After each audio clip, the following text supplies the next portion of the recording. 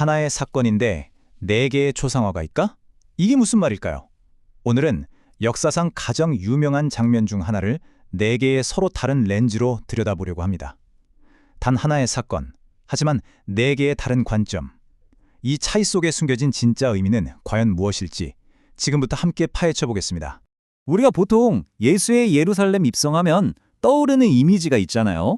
막 환호하는 군중들 손에는 종려나무 가지를 들고 있고 예수님은 어린 나귀를 타고 들어오시는 그런 평화로운 장면이죠. 그런데 있잖아요. 이 사건을 기록한 네 개의 복음서를 나란히 놓고 자세히 들여다보면 이게 생각보다 훨씬 더 입체적이고 복잡한 이야기라는 걸 알게 됩니다. 자, 그럼 첫 번째 초상화부터 한번 열어볼까요? 바로 마가복음이 그린 예수님의 모습입니다. 마가복음이 보여주는 예수님은요, 섣불리 행동하기 전에 먼저 모든 것을 신중하게 지켜보는 그런 관찰하는 왕의 모습에 가까워요. 이 구절, 이게 정말 중요해요. 다른 복음서에는 없는 마가복음만의 아주 독특한 기록이거든요. 예루살렘에 입성해서 바로 무언가 큰일을 하신 게 아니에요. 성전에 들어가서 조용히 모든 것을 둘러보셨다.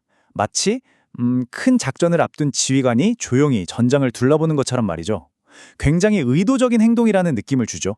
그러니까 마가복음이 하고 싶은 이야기는 명확한 거예요. 이 입성을 그냥 우연히 벌어진 환영 행사가 아니다.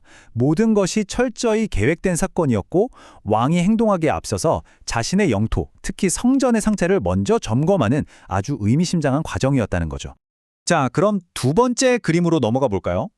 마태복음은 여기서 한 걸음 더 나아갑니다. 예수님을 성취하는 왕, 그러니까 아주 오래된 예언의 약속을 바로 지금 이루시는 분으로 그리고 있어요.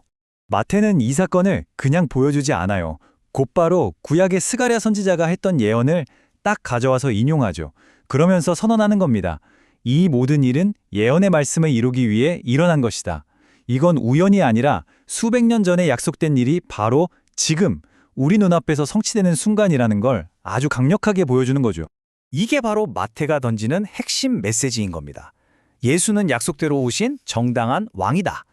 그래서 그분이 등장하자 도시 전체가 발칵 뒤집히면서 묻는 거예요. 도대체 이 사람이 누구냐? 이제 예루살렘의 모든 사람들은 이 피할 수 없는 질문에 자기만의 답을 내놔야만 하는 상황에 놓인 거죠. 세 번째 초상화, 누가복음으로 가면 분위기가 좀 더 긴장감 넘치게 바뀝니다. 여기서는 그 어떤 반대 세력도 그 어떤 방해도 막을 수 없는 필연적으로 드러나야만 하는 왕의 등장을 그리고 있어요. 이 대화 정말 강력하지 않나요? 누가복음에만 기록된 아주 결정적인 장면입니다. 당시 종교 지도자들이 시끄러우니까 저 사람들 좀 조용히 시키시오 하고 제지하니까 예수님이 뭐라고 대답하시죠? 이 사람들이 입을 다무면 저 길바닥에 돌들이라도 소리를 지를 것이다. 와, 이건 나의 왕됨은 거스를 수 없는 우주적인 진리라서 어떻게든 드러날 수밖에 없다는 엄청난 선포인 거죠. 그러니까 누가복음이 보여주는 예루살렘 입성은요, 그 어떤 인간의 권위나 방해 공작으로도 억누를 수 없는 필연적인 신적 계시의 순간 그 자체였던 겁니다. 거대한 자연의 힘처럼 막을 수 없는 흐름이라는 거죠. 자, 이제 마지막 네 번째 초상화입니다. 요한복음인데요. 여기서는 완전히 다른 각도에서 이 사건을 조명해요. 핵심 키워드는 바로 오해입니다. 사람들이 보고 열광하는 것과 실제로 벌어지고 있는 일 사이에 엄청난 간극을 보여주거든요. 요한은 다른 복음서가 말해주지 않는 아주 중요한 이유를 설명해 줍니다. 도대체 이 수많은 사람들이 왜 이렇게 열광하며 모여들었을까? 바로 죽었던 나사로를 살린 엄청난 기적에 대한 소문을 들었기 때문이라는 거죠. 다시 말해서 그들은 예수라는 분을 믿고 따르기 위해서라기보다는 엄청난 쇼를 보여준 슈퍼스타를 보러 온 구경꾼에 더 가까웠다는 뉘앙스입니다. 결국 요한이 보여주고 싶은 건 이겁니다. 겉으로는 엄청나게 열광적인 환영을 받는 왕의 모습이지만 사실 그를 환호하는 군중은 물론이고 가장 가까이 있던 제자들조차도 예수님이 진짜 누구신지, 왜 예루살렘에 가시는 건지 제대로 이해하지 못했다는 거죠. 거대한 오해 속에 둘러싸인 어쩌면 가장 외로운 왕의 모습을 그리고 있는 셈입니다. 자, 이렇게 우리는 네 개의 서로 다른 초상화를 모두 봤습니다. 관찰하는 왕, 약속을 이루는 왕, 그 누구도 막을 수 없는 왕, 그리고 모두에게 오해받는 왕. 어떠세요? 이 이야기들이 다 제각각 다른 이야기처럼 들리시나요? 전혀 그렇지 않습니다. 오히려 이 네 개의 조각이 하나로 딱 맞춰질 때 비로소 진짜 그림이 보이기 시작해요. 이렇게 표로 정리해놓고 보니까 한눈에 쫙 들어오죠?